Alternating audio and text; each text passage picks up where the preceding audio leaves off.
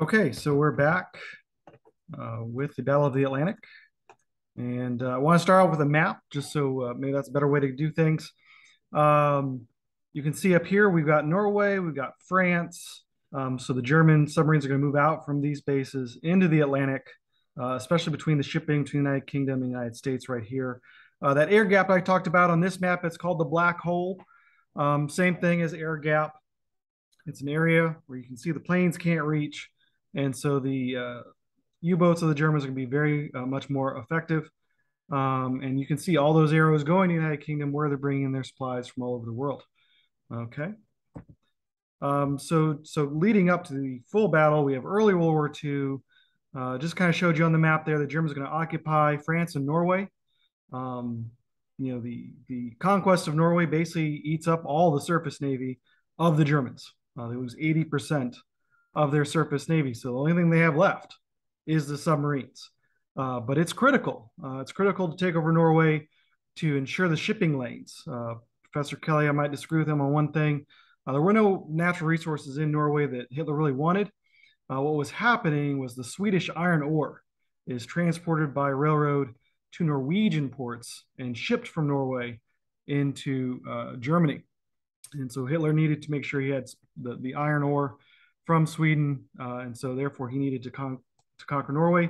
At the same time, conquering Norway prevents the British from blockading his country, and ditto with the fall of France. After that, as we discussed, there's the Battle of Britain. Before Hitler wants to try any more naval action, because he's just lost pretty much all of his navy in Norway, he's going to use his air force to try to defeat the British. They fail. The British are successful. They beat back the Germans in the Battle of Britain. And so Hitler must find a new way. And Churchill won't come to the negotiating table, unlike Lord Halifax and pretty much everyone else in the socialist British political elites all want to make peace with Hitler. Churchill stands alone, refuses to make peace, and so Hitler says, "Okay, let's bring the pain just like we did in World War One. Let's sink a bunch of the shipping to the United Kingdom. Let's starve them out and force Churchill to come to the peace talks." And we're going to talk about this a little bit more, but just keep it in your mind. Lend-Lease, March 11th, 1941. The U.S. is going to lend the United Kingdom 100 destroyers. Those are surface ships that are very good at protecting merchant ships, very good at destroying and killing German U-boats. So that's critical. And as we've talked about, it doesn't really get the attention it deserves in the Western media. But you see here, right? You see the supplies coming into the United Kingdom, and from there they're going to go over to Archangel Murmansk in the Soviet Union and supply the Soviets with everything they need to really make themselves an effective fighting force against the Germans, most especially trains, trucks, and ammunition. The United States can produce those like none others. At one point, there was more Ford trucks in the Soviet Union than anywhere else in the world. Ford heavy trucks, I should say. And it would stay that way until almost the 1960s. So, but you can see the importance of Norway is a great base for German U-boats to go out and try to sink these convoys that are trying to go to Russia. So it was critical for Hitler to conquer Norway because of that reason. All right, first phase in the Battle of the Atlantic, what the Germans will call the happy time. If you were British merchant marine, it was probably very much not the happy time. And so the Germans have the upper hand. This is right after the Battle of Britain. France has fallen. The ports of Norway are available. And the British don't quite have their act fully together for their merchant ships. They should have known better. But 217 merchant ships are sunk.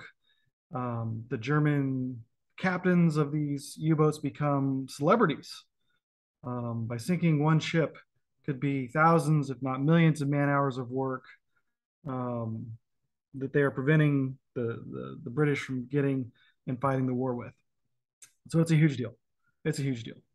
Sinking one British merchant ship is the same as a whole bombing run by the British on Germany, if not more. But then, as we've talked about, Hitler makes a mistake, brings the United States into the war. Lend-Lease happens. and Roosevelt is able to release these 100 destroyers instantly, basically almost double the escorts around the merchant convoys. And in addition to that, some new technology from the United States, especially radar and sonar, are able to better detect the German U-boats. And finally, the Allies break the German Naval Code. The Intimidation Game is a wonderful movie. It's all about this. And that's the Bletchley Park in the United Kingdom. And so between all of these factors, there's more ships to sink the Germans. They know where the Germans are going, and they have better ways to detect them. The tide turns. The tide turns in the Allies' favor. Sinkings go down. Loss of U-boats goes up. However, from January to July of 1942, the Germans make a counter move. And they decide, you know what, we're not going to go to the air where the air gap is because the technology and industrial resources have overwhelmed us. So they are going to start their attacks right off the coast of the United States and sink even more shipping than they were in 1940, right off the coast all the way from New York to Miami and even into the Gulf of Mexico, outside New Orleans, Galveston, Mobile. Ships are sunk by U-boats operating in the Gulf of Mexico. This is truly a worldwide war. And I'll stop here and we will move on to the next one.